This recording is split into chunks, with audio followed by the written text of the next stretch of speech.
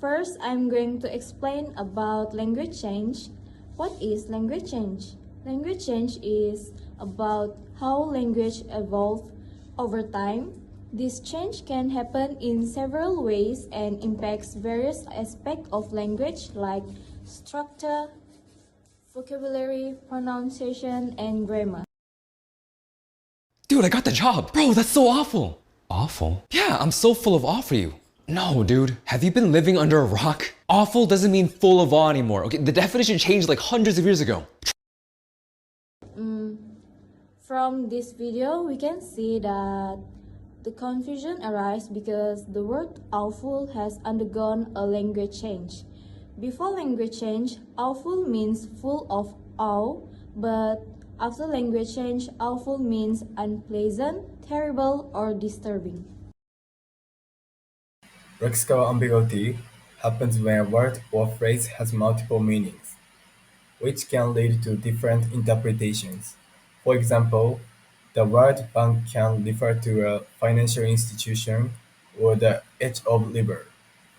Depending on the context, this type of ambiguity is common in everyday language and usually clarified by the surrounding context.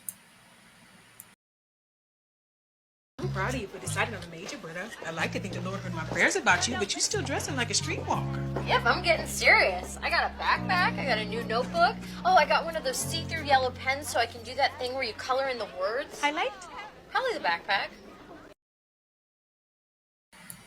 In this scene, Blita talks about preparing for college by buying supplies like a backpack and a yellow highlighter.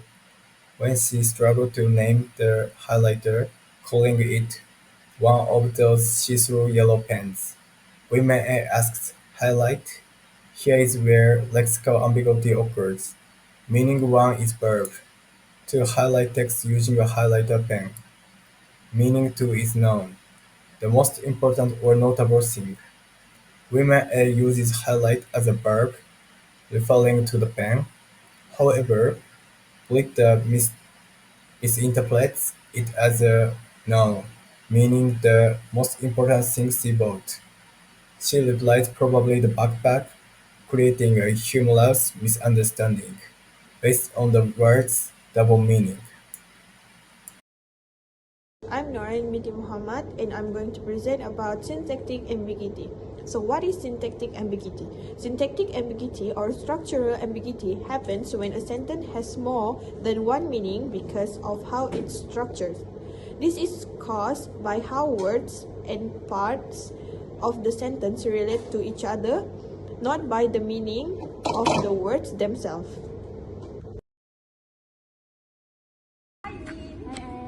Yesterday I went hiking and I saw a man with a telescope.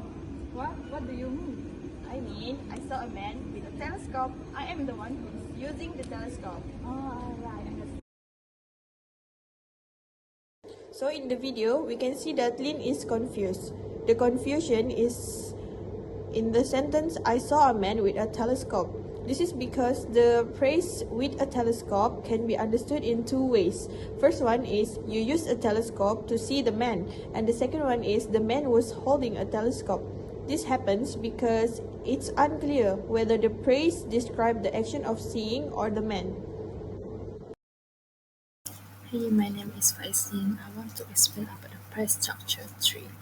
As you can see, we choose dialogue I saw a man with a telescope, which is showing syntactic ambiguity.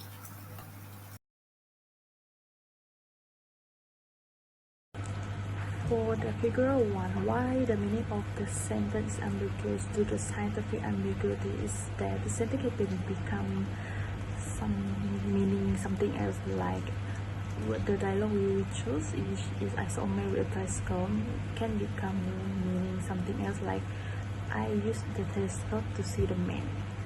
That's all for me. Thank you. I will now explain about the second figure of the tree diagram. As you all can see, this is completely a different tree diagram from the first one because the sentence I saw a man with a telescope can be interpreted in two different ways. Thus, it has two different tree diagrams and the phrase structure. So the first one was about I used a telescope to see a man, but whereas the second one is about the man I saw had a telescope, which means both means the totally different meaning. So this is why the sentence is ambiguous due to synthetic ambiguity, because it can be interpreted in two different ways.